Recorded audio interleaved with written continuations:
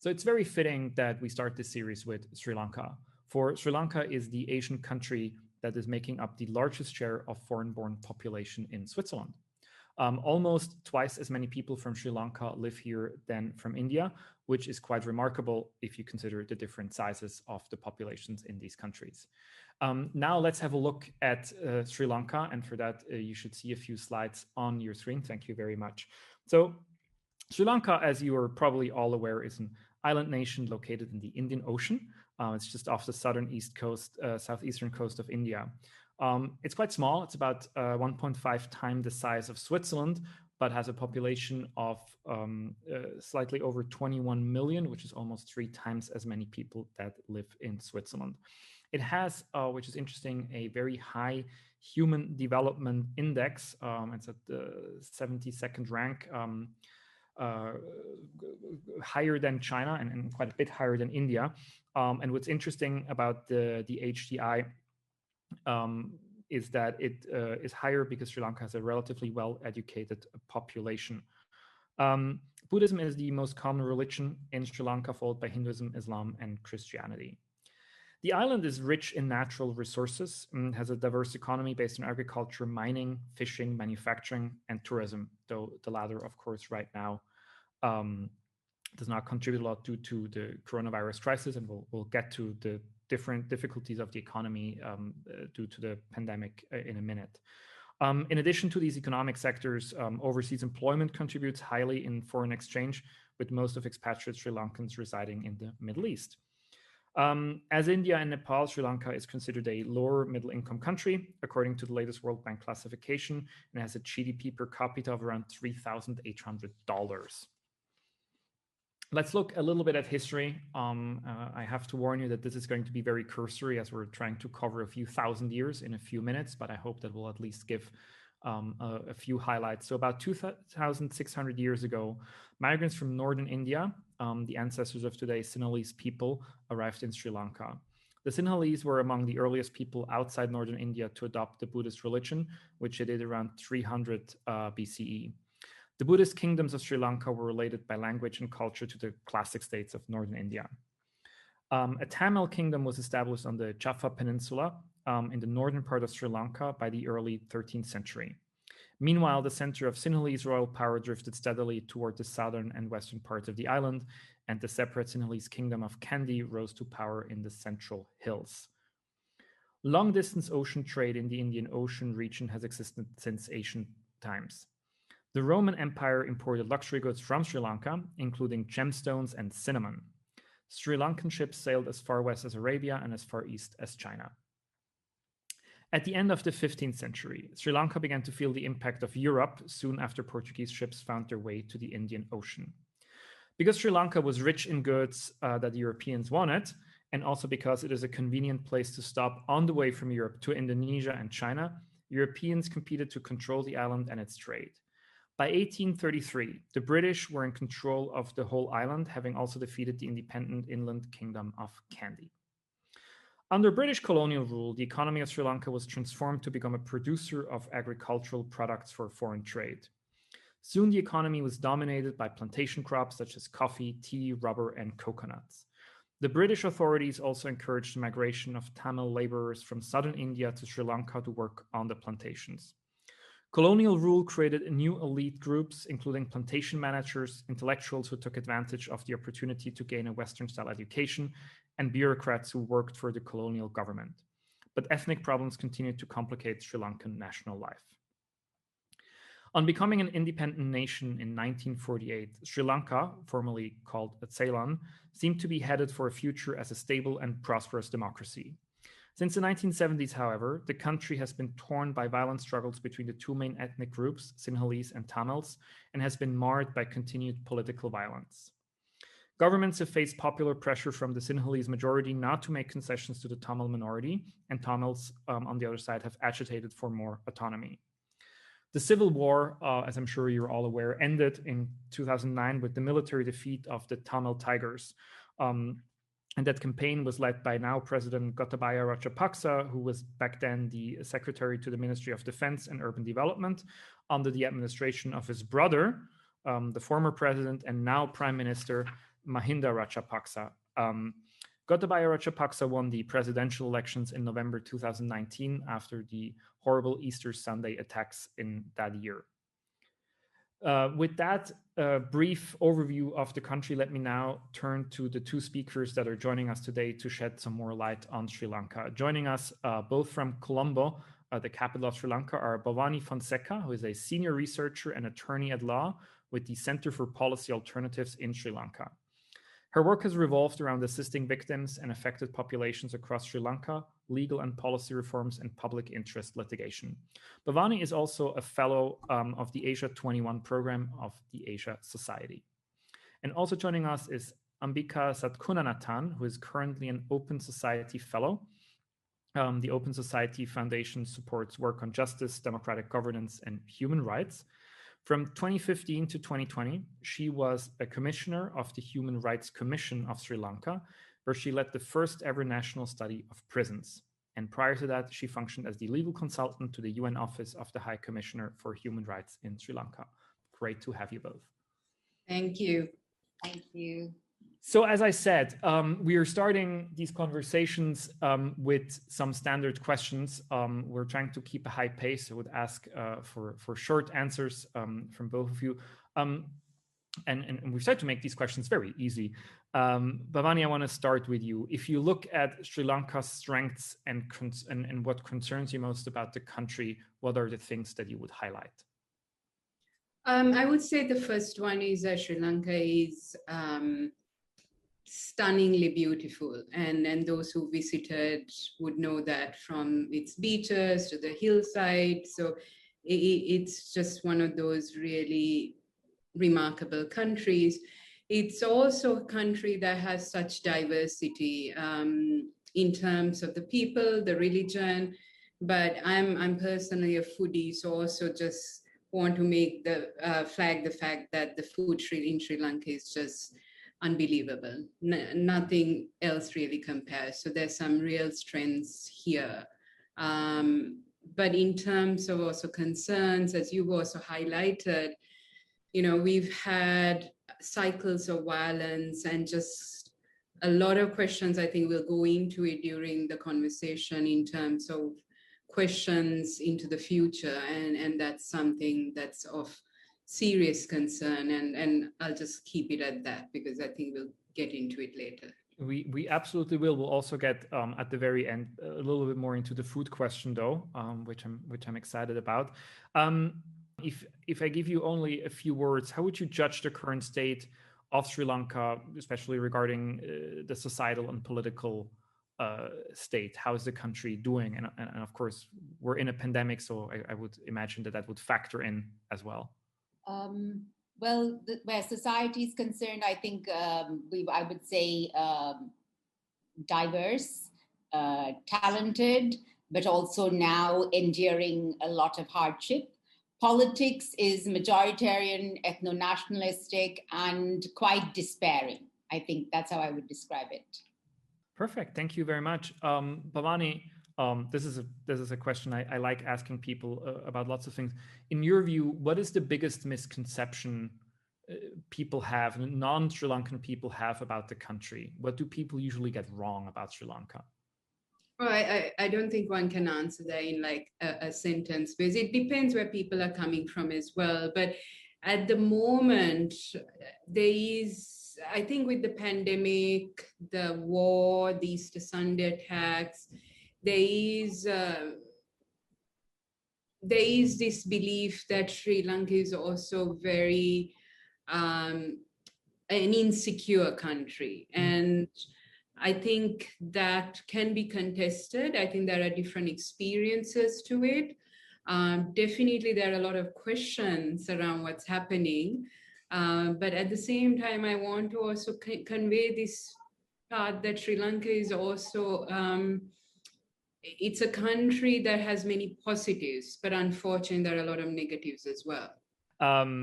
So we wanted to, in these standard questions, ask the question about how the country compares to its neighbors. For Sri Lanka, I think there's one neighbor, first and foremost, which is India, that matters. So if you had to, again, like sort of highlight a few of the commonalities, but also differences between Sri Lanka and India, where would you start? Well, I think we do have a lot of commonalities, and particularly now, I think there are a lot of parallels in that, we have majoritarian, authoritarian governments, we have ethno-national politics, we have minorities, whose rights are being violated. And we also have oppositions that are not particularly strong. So I think in that sense, both our countries have a lot of commonalities. Also, where the pandemic is concerned, I think for us, India is a lesson because we are afraid that we might soon go down that trajectory. Where the differences are concerned, I think one is, of course, federalism, in that it's a federal country, and that is something that we have been struggling with. And also the diversity. Yes, we are diverse, but I think in terms of, in comparison to India, and the fact that it's managed to hold, or somehow through a lot of contentious conflict, managed to hold that diversity together, I think that is also the difference.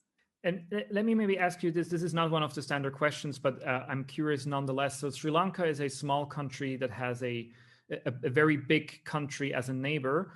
And I'm here in Switzerland. Of course, we are also a small country, and we have a neighboring country to the north, Germany, that's significantly larger, but culturally there are a lot of similarities. So I'm curious about, like, how does the relationship between the two countries look like? Is it I know it's close. Is it amicable? Is there a lot of like rivalry or sometimes also resentment in it? How would you characterize the relationship? I think it is all of those things, because it is like, even in the region, there is that big brother syndrome, whereas everyone looks to India, but there's also conflict and resentment. And also in terms of Sri Lanka's ethnic conflict, India has historically played quite a pivotal role, which has also created sometimes resentment. And right now also, because of the China equation and the fact that Sri Lanka is getting closer to China, that's also causing a lot of tension. So it's a complicated relationship. All right, thank you very much. Last of the standard questions before we move into the discussion, and you both touched already on so many things that I want to follow up on. Bhavani, what is the one thing that people who are dialing in today or watching this on YouTube later on should know about you to better understand the views and perspectives that you have on Sri Lanka? Again, I think it's about the perspective, my own experiences. And so I will come from a very particular point of view. That doesn't mean that is going to be shared by everyone, but I think hopefully this conversation will enlighten is that there's so many multifaceted dimensions, and there's no one narrative, no? So I think it's just recognizing there are just different voices, different perspectives at the moment. Excellent. Ambika, is there something that people should know about you that is sort of shaping your views and experiences? I think it's the fact that as a Tamil woman in Sri Lanka, the ethnic conflict has impacted my life in many ways, from the time I was a child to until today. So I think those real life experiences do impact how I view things and how I work on human rights. I think that's important to know. Excellent. Thank you so much. So with that, sort of after those short introductory questions, let's sort of jump into the conversation. And again, we've touched upon the conflict a couple of times already. It's been 11 years now since the end of the civil war. And I want to talk about sort of all the issues that remain and the issues that are still lingering, of which I know there are many. But let me start by asking something different, which is, what are some, and Bhavani, maybe you can start by answering this, what are some of the positive developments that have shaped the country since the end of the civil war in 2009? So what's actually gotten better since that time? And afterwards, we can talk about all the things that haven't yet gotten better.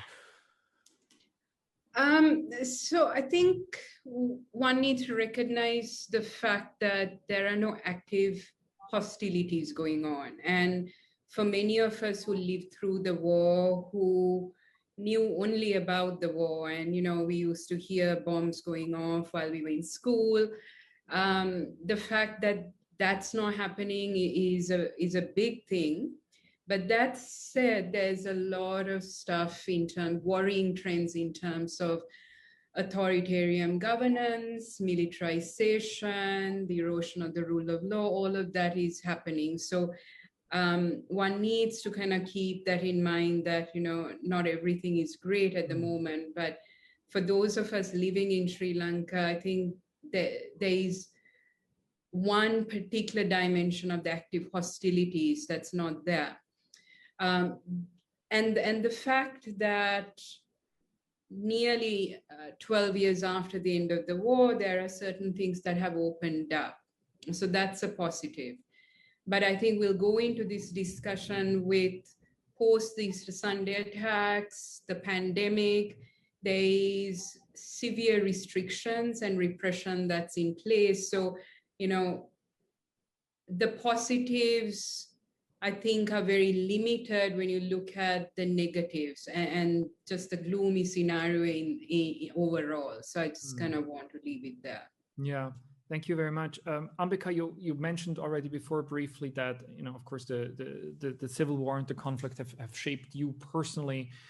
And I was wondering, when Bhavani says, of course, it's a positive that there are no open hostilities, there are no bombs going off right now.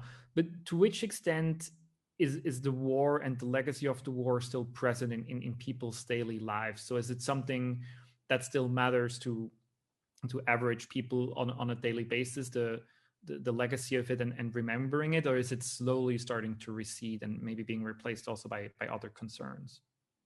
I think it depends, because for the conflict affected, particularly in the north and the east, it continues to impact their life every day. I think to the other populations, although it does impact them, they don't always realize it. So for instance, we have the Prevention of Terrorism Act, which also does impact them and is in a way has been shaped by the legacy of the conflict, but they're not aware of it. The other factor is militarization. Initially, militarization was only in the conflict-affected areas. After the end of the war, militarization was all over Sri Lanka. And it's only now that people are beginning to realize that. So I think the conflict does have an impact on the lives of many, but tangible impact, perhaps only directly on those conflict affected. For others, broadly in the terms of, democracy and civic space, I would say, yes, it does. All right, thank you. Bhavani, you touched upon this again also a little bit before. I'm asking this because the United Nations Human Rights Council, Sri Lanka just reported on human rights issues. So if we, and I think you both kind of made this point that, there's not, war and peace are not a black and white issue, but maybe it's more of a spectrum where Sri Lanka has been moving more towards sort of the peace side, but is not yet there. So where would you, on this balance between real peace and open conflict, where is Sri Lanka right now, and do you feel it's still moving in the right direction? Nico, I think one needs to recognize that Sri Lanka is in a post-war context. So there's unfortunately nearly 12 years after the end of the war, those root causes are still sustained. And what we have seen in the last few years is the fact that the fear that many faced during the war is very real now. And the one thing I think we need to be very, very aware is the new target that we're seeing since in the last few years is the Muslim community in Sri Lanka. They are facing multiple attacks. So I wouldn't say there's peace in Sri Lanka. I think the degrees of what we saw from during the war to now is different, but there is this very real challenge of an authoritarian government that it will do anything in terms of human rights, the rule of law, to stay in control. And the response we've seen with the pandemic is a very clear indicator that there is really even the democratic processes, institutions that are in place are facing severe attack. And I speak as a lawyer here. We've been in the Supreme Court challenging some of these practices. it's one of the most worrying times in Sri Lanka in the post-war setting. So very much, I think there are many problems. It's just different dimensions, and recognizing the fear that is being created, the levels of hate that is coming up especially since the Easter Sunday attacks in 2019 are very real, and those things we really need to confront. Let's maybe just continue right there, because again, the Easter Sunday attacks from 2019 have come up a couple of times already in the conversation. And they seem to me, from a very far away point of view, have been some kind of turning point in terms of domestic politics. Ambika, would you agree with that? And sort of maybe can you talk a bit about sort of the attacks and the political effects that they've had? I would say, I mean, once again, yes and no.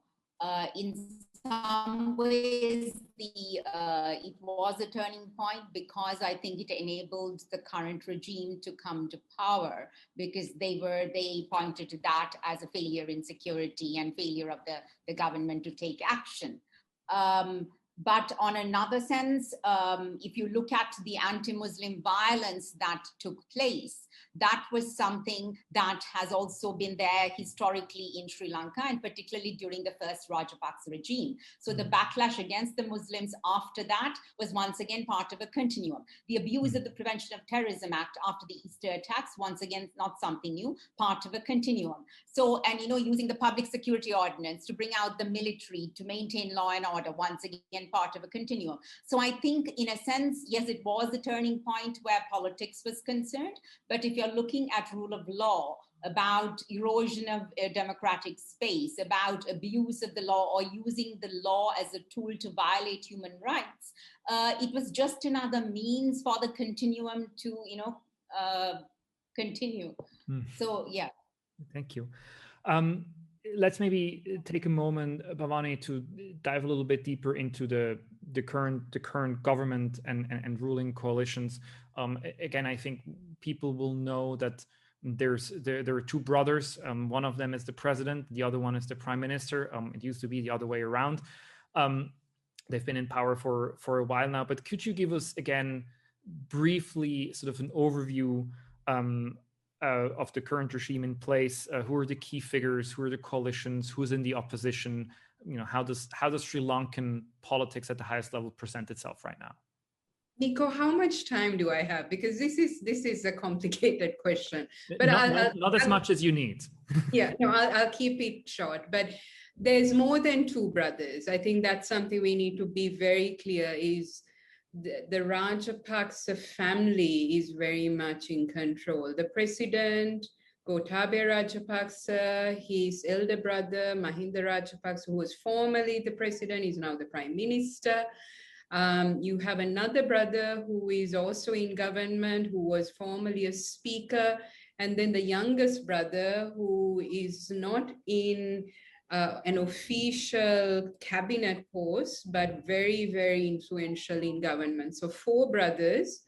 And then you have the children of some of these brothers also in particular positions. You have one in cabinet, another one who's a member of parliament, and then another who's a state minister.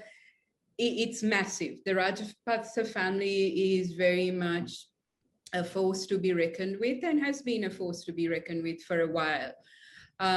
What we need to kind of keep in mind at this moment is the fact that the present government came on a very strong Sinhala Buddhist, that's a majority community vote base. And they speak to that. So the ethno-nationalism, the majority in politics come from that base. And there is, unfortunately, this rhetoric that is very much there that says it's a Sinhala Buddhist country. Unfortunately, it speaks really against the diversity that many of us cherish in this country. But one aspect that one needs to be really mindful is that there is an unprecedented number of former and serving military officials in this government. And many who are close to the president, he has a military background, so that militarization and military as dimension of government from key positions in secretaries and other institutions to the pandemic response has been very much influenced and dominated by the military. The other one aspect I think we need to be very mindful when we are talking about politics in Sri Lanka at this moment is in August 2020, we had the elections, this government received a significant majority, and they're using that to push policy, saying the mandate has been given by the people, and this is the policy dimensions we're going on. And in that, within a couple of weeks, they pushed through, passed a constitutional amendment that centralized further powers with the executive presidency. And we now have a very, very powerful president who can really override even parliament. And what we saw in 2020 was 5 months where we didn't even have parliament sitting. And the excuse was there's a pandemic. And they ignored the fact the constitution provides for emergency situations where parliament can be in sitting.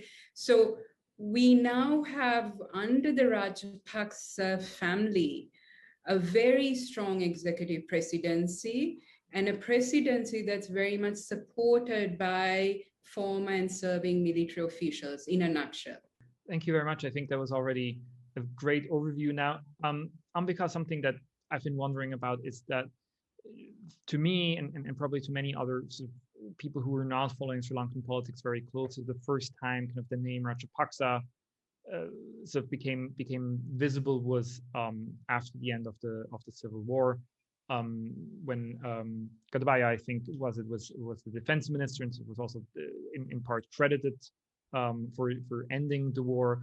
And it seems to me that this time, these 11 years are a fairly short time to build this sort of build this level of control, this amount of control in concert in one single family. So can you talk a bit, if that's possible, about where did the Rajapaksas come from before? What sort of influence did they have pre-2009, and which factors, in your view, contributed to them being able to concentrate that much power and influence within that relatively short amount of time? I mean, they've always been a political family, and Mahinda Rajapaksa, as you know, was part of also the previous government, Chandrika Bandaranaike Kumaratunga's government, and he was Minister of Fisheries.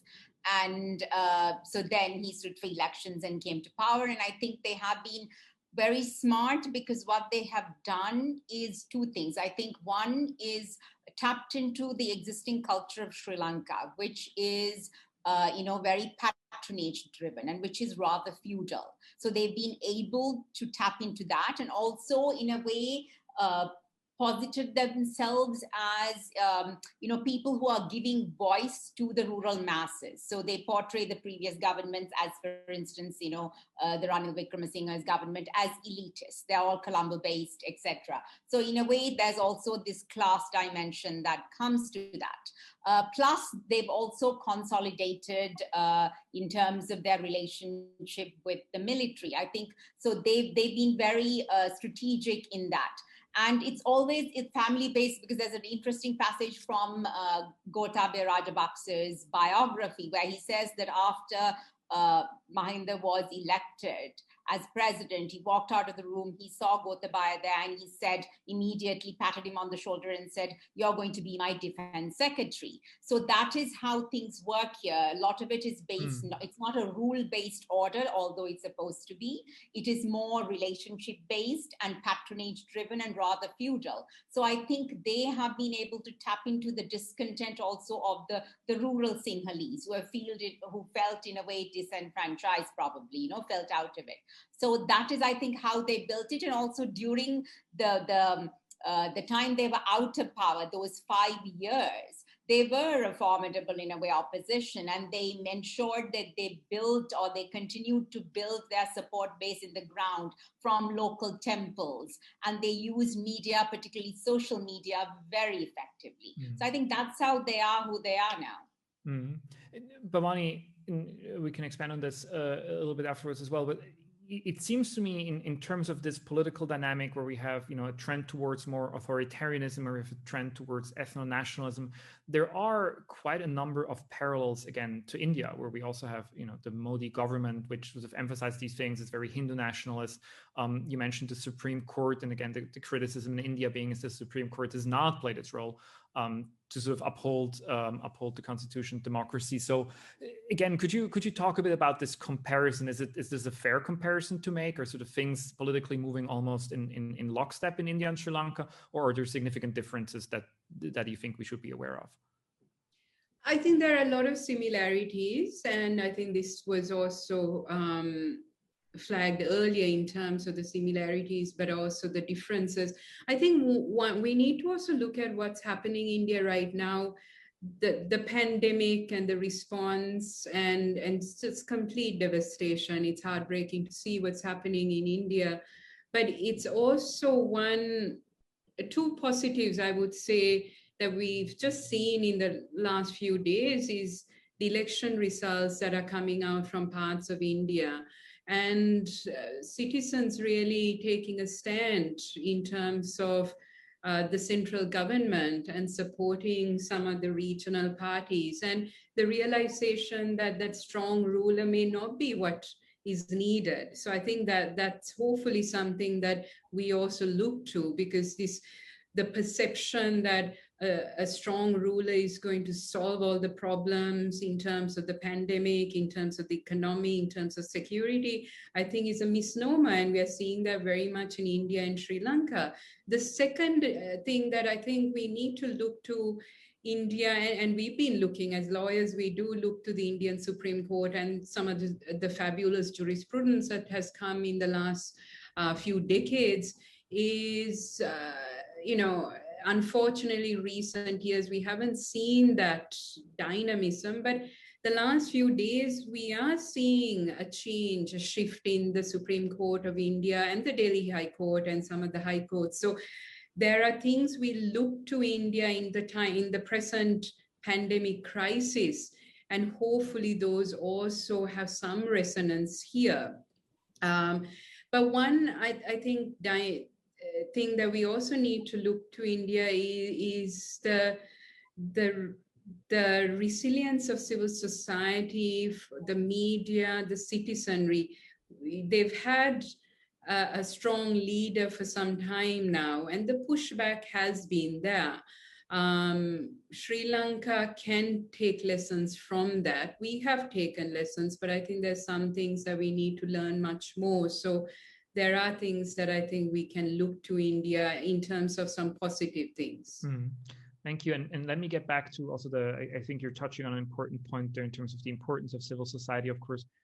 Let's come back to it in a minute. I did want to address one last issue, maybe in terms of the political and foreign policy dimensions, especially. I know that the first Rajapaksa government especially sought to deepen the relationship with China quite a lot, also sort of, defining itself a little bit in contradiction to India. Ambika, is the pendulum swinging back a little bit again? Does the government try to sort of balance its relationship between those two Asian superpowers, or would you still say that there's a stronger connection between Sri Lanka and China than there used to be? Yes, it doesn't seem like Sri Lanka is balancing its relationship at all, going by what is happening here. Like, for instance, we have not just the fact that we did a 1.5 billion currency swap, but also because Sri Lanka did not wish to go to the International Monetary Fund. And I think that also emboldens Sri Lanka in that it thinks it does not have to go to the usual suspects, as it were, and therefore it can not be, or it won't be held accountable. The other thing is, for instance, simple things like we have a lot of, even propaganda videos made by China in Sinhalese, the local language, in support of the port city, against which there were also cases filed in the Supreme Court challenging the validity of the proposed draft legislation. And we had the Chinese, the defense minister visiting, and the foreign minister is going to be visiting. So therefore, I think that we are not doing a good job of balancing our relationship at all. Nico, can I come in here just because I think this is a very important thing. If one looked at, and because you are based in Switzerland, last month Sri Lanka was before the UNHRC, the Human Rights Council, based in Geneva. And what we saw leading up to the council and during the council and since the council sessions have concluded is a complete mess up of the foreign policy in Sri Lanka. And I think we need to call it that. It's a mess up. And what the government felt was that they can use strong arm tactics and push their way through in the Human Rights Council. They relied on their particularized China, Russia, and a few others. And I think the vote was one of the most dismal performances where the international community called out Sri Lanka and said, look, your human rights situation is atrocious. You cannot just make excuses. So I think that there's something to look into that. But there is one thing we need to recognize is the Belt and Road Initiative, which has a huge presence in Asia, is going to be something we need to factor in. Its impact in Sri Lanka, its impact in the region, and how that's going to play out in the future. So that's something we really need to think through.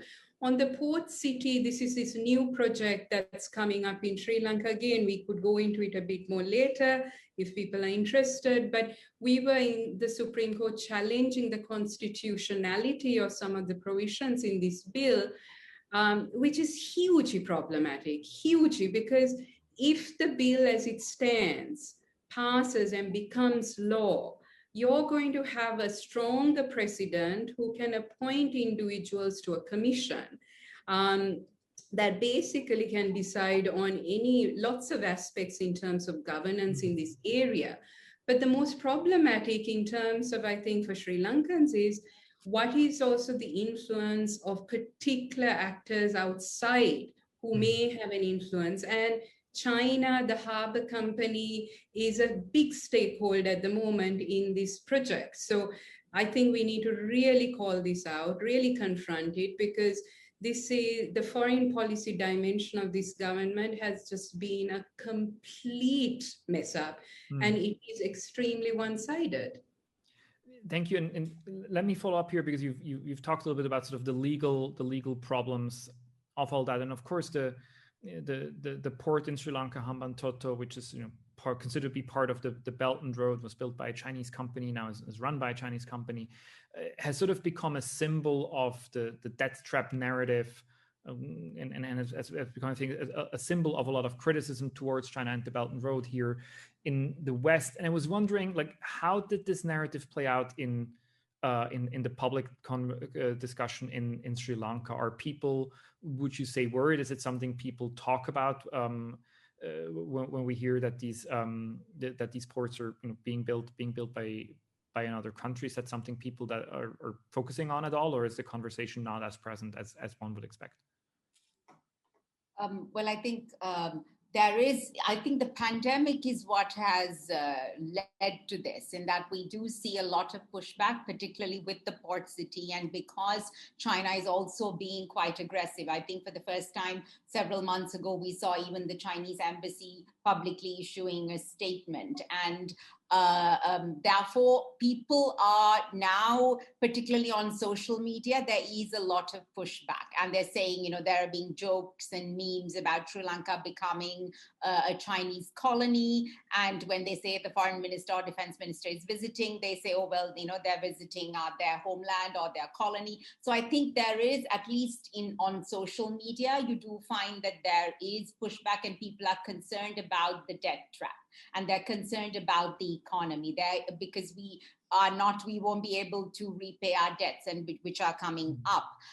So I think there is that in the public sphere, but what we also have to worry about, it can also turn into a racist pushback, an anti-Chinese pushback. So you find the Chinese people are conflated with the Chinese government, and there isn't any distinction, and it becomes xenophobia.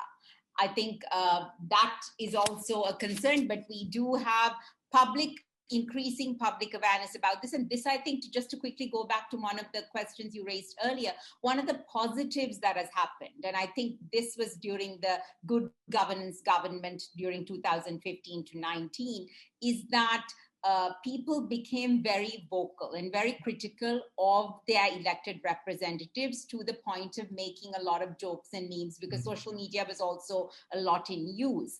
And if at all, I think that has carried through even in this regime. And that is also probably one thing that the current regime did not factor in. And you find younger people challenging the government, elected representatives. So that is one of the positives about people being brave enough to speak out. And of course, clearly there is fear now, and people are self-censoring. But in a way, I suppose I'm surprised that there is still this active, vibrant pushback to some extent. Yeah. Okay, that makes sense. Thank you. Let's maybe just looking at the time, spend the remainder of the conversation addressing audience questions, but also looking a little bit at the domestic issues, which we have only, I think, brushed slightly up on a bit. And of course, the big thing that we haven't really addressed in this conversation, and we should, is the coronavirus pandemic and how it is affecting Sri Lanka right now. So maybe, Bhavani, if you could start us off. We talked about this a little bit in our preparation call, but give us a sense of how's the situation in Sri Lanka, how's the economy been affected, and how is just the situation for the average people in the country right now?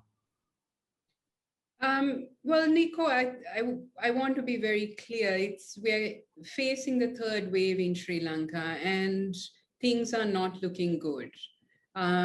But it's also not looking good because fundamentally, I don't think we have clear indicators as to the real situation in terms of numbers, in terms of those who are testing positive, the unfortunate situation of casualties.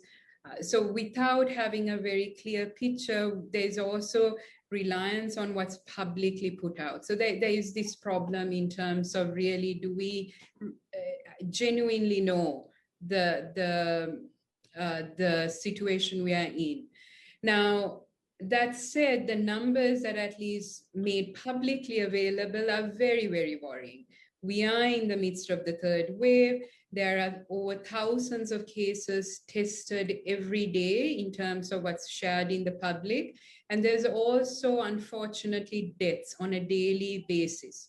That all said, the restrictions in terms of informing the public as to steps that should be taken, restrictions that are necessary in terms of public health concerns are very, very dismal. And there is a lapse in terms of communicating to the people as to what should be done and precautions that should be taken. Now, compare this to last year in 2020, when there was a national lockdown and there were much more stringent steps taken, extra legal steps taken. Many of us were even in court and challenging some of the measures taken. But so there is this kind of, at one level, complacency, but at another level, I think just a mishandling by the authorities as to what's happening now. And it speaks to this whole model the government was pushing, is that this technocratic government, a strong leader, military-style governance that was going to solve problems. But the pandemic, unfortunately, has really tested this and shown that you need the professionals, health professionals, leading the response. And unfortunately, that's not been the case. So we are in a very, very dire situation. And looking to India, one really worries whether when it really peaks, are we prepared in terms of handling the health crisis in Sri Lanka, and it's not looking good. Thank you very much. And maybe just to follow up here on this, you mentioned, sort of the government's response and the failure that it included. And it seems to me it's still early days, but again, comparing to India, that now we are seeing, partially because of the response to the pandemic from the government, from the Modi government, which was clearly inadequate, that there is, and you mentioned the elections in several states, including West Bengal, some pushback towards these policies. Ambika, do you see something similar in the cards for Sri Lanka? So could the response to the pandemic from the government and its failings actually sort of be a catalyst for broader political unrest and problems for the current government? Well, it could be, because particularly because of the adverse socioeconomic impact. Now, when we even had the full lockdown, the daily wage earners were severely affected. The small and medium industries were affected, and the government has done little to actually help them. And that has continued because, tourism as an industry, we don't have that. The migrant workers, there's problem. Many of them are stuck in other countries, so they also have to be repatriated. So that is also a source of income that has been we've been deprived of. The pandemic, the virus has been, it's spread quite rapidly in also many of the garment factories. Once again, that is the source of income. So I think what this has highlighted is also that the government as a whole, and not just government, in a way the state and successive governments, they have ignored the people who actually bring us the foreign economy, because they are from marginalized communities. And I think that is what the pandemic has highlighted. And what you've seen is that in a lot of cases, there is quite a bit of pushback. Once again, we see this, for instance, when they locked down certain areas, the people were, what they told news channels was, and this is what you have done to us. And that you found even the free trade zone workers, for instance, they said the same thing. So I think it is only when they are personally affected that people become critical of the government. And it's not because it's ethno-nationalist, it's not because it is majoritarian, it is only because it is not serving the needs of the people who voted for it. Thank you. Let me maybe bring in some questions from the audience. There are quite a few that I think we've managed to cover already, but there's two that I want to bring in as we sort of come slowly to the end of this conversation. The first one, Bhavani, that maybe you could take a stab at, is the question regarding sort of the militarization of the country, and the question asked: is it possible that the military could gain more influence and power in the future and could even be a threat to the current government? So is there essentially a military coup in the cards, and should the Rajapaksa regime be worried about that? So on the militarization and prospects for the future, one needs to realize this government is very much hand in glove with the military. And though, as I said, the president has a military background, the Secretary of Defense, I would say one of the most powerful individuals in this government, he comes from a military background. And the person who's heading the National Center on the pandemic response is the present army commander.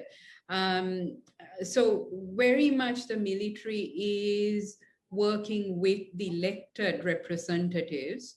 And I would say what's kind of something to look to is whether there will be more and more, and I say more and more, coming through electoral politics, is we now have in parliament several who have a military background being elected to parliament. And whether that's something to watch in terms of, there may not be a military coup per se, but there may be this kind of more and more acceptance by the populace that we need those with military expertise to come in and govern. And a survey in our institution, we do polling, and one of the institutions that's most trusted in Sri Lanka is the military, more than some of the other institutions. So this is something we need to really keep in mind, that because there is rampant corruption, because there are failures in governance, and there is really very limited trust in institutions at the present moment, people are looking to alternatives, and they feel the military might be that solution. That said, I think the pandemic is testing us in very, very different ways. And this model that was pushed out, this military-style governance, a technocratic governance, that's being tested because the government is not doing a good job in responding to the pandemic. So we are in very interesting times, but I think there's also a lot of issues that are coming out because of the political situation in the country. Thank you. Let me bring in one last question from the audience, which is a specific one, but one I think is interesting. So the questioner says that he has read quite a bit in 2019 about fishing conflicts between India and Sri Lanka, and he was asking if the fishing conflicts are still going on and what impact they're having on India-Sri Lankan relations. I have to admit, I have not read about the fishing conflicts back in 2019, but maybe Ambika, you want to briefly comment on that? Yes, I mean, that is an issue that is still ongoing. Indian fishermen coming into Sri Lankan waters, and I think that conflict is still going on. And even recently we had an instance where the government said that they were even going to try, give them, the minister announced, I think, that they were going to give them permits, which created a lot of uproar here, because it's also about not just them coming into Sri Lankan waters, it is also about the usage of illegal and unsustainable methods of fishing. And also there is a lot of drugs also being trafficked through that route into Sri Lanka. That is one of the common routes. But that said, there is also another problem in that the fishermen in the north are being prevented from engaging in their livelihood. And this is also due to incursion of fishermen from other parts of the country, and also militarization of this process as well. I think, so that's another quite a complicated topic, but I think the fact that the military, also the Navy, is involved in certain aspects of it. The fishermen coming from other parts of the country are allowed to go in at certain times. The times that these fishermen are allowed to go in is restricted. So I think it's the fishermen in the north are severely impacted, not just by the Indian fishermen coming in, but also from other parts of the country going there. So it's a long-standing problem, complicated one, and one that it doesn't look like it's going to be resolved anytime soon. Thank you very much. We're almost at the end of this conversation. This has been tremendously insightful. I think we've touched on a lot of complicated and fraud issues, and the wonderful job outlining them for us. Let's end, after discussing the militarization and superpower conflicts and the pandemic. Let's end, if I may, on a slightly lighter note, with two more sort of standardized questions that we have for this series. And the first one, and I'd love for either of you to answer, is if we're able to come visit Sri Lanka, and I do sincerely hope that this will be very soon again, where should we go and what should we eat? And I know it's hard to pick one of each, but if you just point us towards your favorite place in the country and your favorite meal, we'll make sure to take note and act on those recommendations as soon as we can. Bhavani, you want to go first? I was going to say there's no one place, but I'm a beach person, so I would say if you can try to go to the beach. But that said, the hill country, the rest of the country is beautiful. So, don't choose one place. Try to be here for a few weeks and travel as much as you can when you can. I think that's going to be the challenge. And there's just stunning locations. In terms of the food as well, there's just too many. But I would say the rice and curry is something just you must have, and so many other things. But anyone interested to come, let me know. I'm a foodie at heart, so I'm happy to give further tips. Thank you very much. Ambika, where is your favorite place in the country, and what should we eat once we get there? Well, I would agree with Bhavani. I mean, it's not just one place. So I think they should, travel as much as possible, because it's a very beautiful country and different parts have different, I think, different kinds of beauty. Where food is concerned, I would say hoppers. Hoppers are really great and I love them. And the other thing that I love is vatlapam, which is a dessert that is made by the Muslim community. Can you briefly explain to people what hoppers are? I think I remember them as some like crispy omelette type thing. Well, kind of, maybe. It's made out of rice flour and it has a crispy outer kind of shell and a milky inner shell, if it's milk hoppers. And you can put jaggery in the middle on top of the milky middle. All right, that sounds amazing. Thank you very much.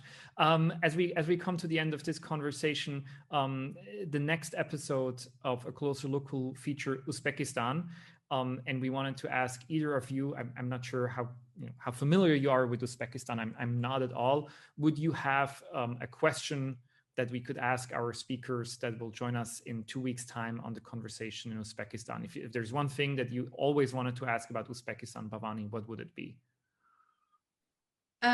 So, I mean, I read the flyer, and one of the things I'd like to know from the speakers is, civil society work and how they've managed to keep their work under challenging times. What are the strategies used? But more on a tourism note, I've always wanted to visit Uzbekistan in terms of the history and the connections to the Silk Road. So maybe ask them again where to visit and what to see as well. Well, we'll be sure to do that. Ambika, any Uzbekistan questions that you would like to ask? Well, once again, I read the flyer and I saw that they call it a quiet revolution. So I would like to know what lessons they will also learn from other countries and even from, let's say, Sri Lanka, because sometimes quiet revolutions work and sometimes they don't. So I think I would like to hear a little bit more about that from them and how they see it panning out. Excellent. Thank you so much, both of you, for all these great insights and for joining us for the inaugural episode of A Closer Look. Bhavani, Fonseka, Ambika, Satkunanathan in Colombo. This was highly insightful. Thank you, everybody, for joining us today and for all your great questions. And of course, Bhavani and Ambika, we do hope that you and your family stay safe in the midst of the pandemic. And we sincerely hope, though the data kind of unfortunately goes in the opposite direction, that it does not get worse, and in fact will get better very quickly in Sri Lanka. Thank you again for joining us today. As I've mentioned, the next episode of A Closer Look will feature Uzbekistan in 2 weeks' time. That is May 20th, if I'm not mistaken. All information is on our website, and we hope that it will join us again for a look at this country. And thanks to Bhavani and Ambika, we already have some great questions lined up for our speakers then. Have a wonderful continuation of your day and see you very soon.